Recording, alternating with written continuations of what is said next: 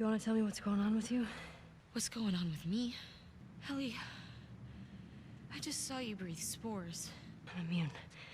Okay, you're immune? Come on. Can you say something? I think I'm pregnant. What? Don't worry, it's not yours. How long have you known? I was late a few weeks ago. I didn't want to be a burden. Well, you're a burden now, aren't you? Wow. So let's break down what we just heard, because Ellie and Dina just exchanged bombs with one another as if they were in a verbal sparring ring, with the objective being who could draw the first blood. So Ellie just confirmed with Dina that she is in fact infected. Now, Ellie did try to explain this to Dina back in the library in Jackson whenever they were snowed in. But Dina didn't believe her, right? No one's blaming Dina for not believing her. It's something that's unheard of in their world, that someone was bit and they didn't turn into an infected. Now, on the other hand, Dina actually has like physical confirmation and proof right in front of her eyes that Ellie is immune to being infected. She just watched her breathe in a ton of spores and she's completely fine. No big deal. So what does that mean going forward for their relationship, their mission, their operation? Nothing much, really, other than the fact that Ellie is immune from cordyceps. She can't be infected. I don't think it does anything to their relationship, really. If anything, I guess it's kind of a good thing. It adds an extra layer of armor and protection to Ellie, and I would imagine that's something that Dina will, in time, when she's had a chance to process this, is something that she'll be able to appreciate. All right, let's talk about Dina's revelation, because this was shocking and surprising. Ellie's not shocking and surprising to us as the player, right? We've known this for a long time, that Ellie's immune. She can't be infected. Dina did not know that. Right now she has confirmation. Dina's news is, again, like I said, that is surprising and shocking.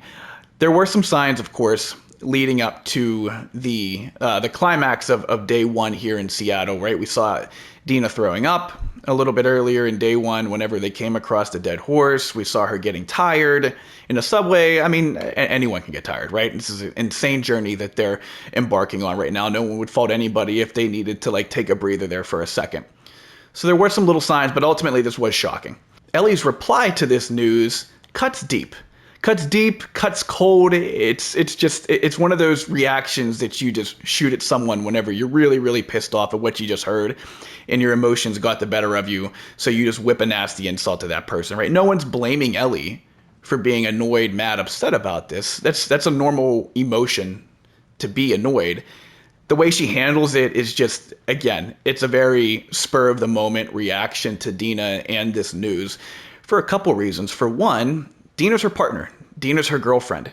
Naturally, this news may upset you. It might make you mad, and it might make you reply the way that Ellie replied to Dina, which was a harsh reply, but at the same time, no one's blaming her for having that kind of like gut reaction to this breaking news that was just thrust upon her as they just ran for their lives through that subway system.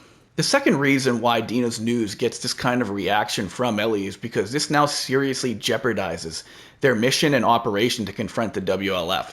As we've just seen in Seattle day one, there are a ton of WLF soldiers, and there are way more than what Ellie and Dina thought there were going to be. So they go from being a very effective party of two to now a party of one, because as we can see, Dina physically isn't going to be able to continue the way that she started out her day one, right? She's bedridden now, and the badass soldier that she was leading up to this, and she was dropping people left and right throughout this Seattle day one, she's now not going to be able to carry on the way she was earlier in this day one playthrough, which again, seriously hamstrings their operation to go and find Abby.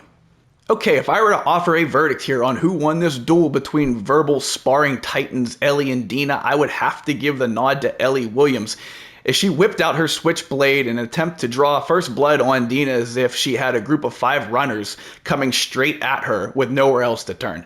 Alright, thanks guys for indulging me in the small video that I wanted to make here going over this cutscene. It's a powerful cutscene that I always enjoy watching every time I come back and play the game. It's a cutscene that happens at the end of my favorite part of the game, which is Ellie's Seattle Day 1. It's a roller coaster of emotion, drama. These two characters are physically, mentally, emotionally beat as they drag themselves through that front door, and whenever they have a time to catch their breath, there's some things they need to bring to the light here and discuss before they continue their mission forward. If you enjoyed this video, please like. If you want to see more, please subscribe. And as always, thank you so much for your time.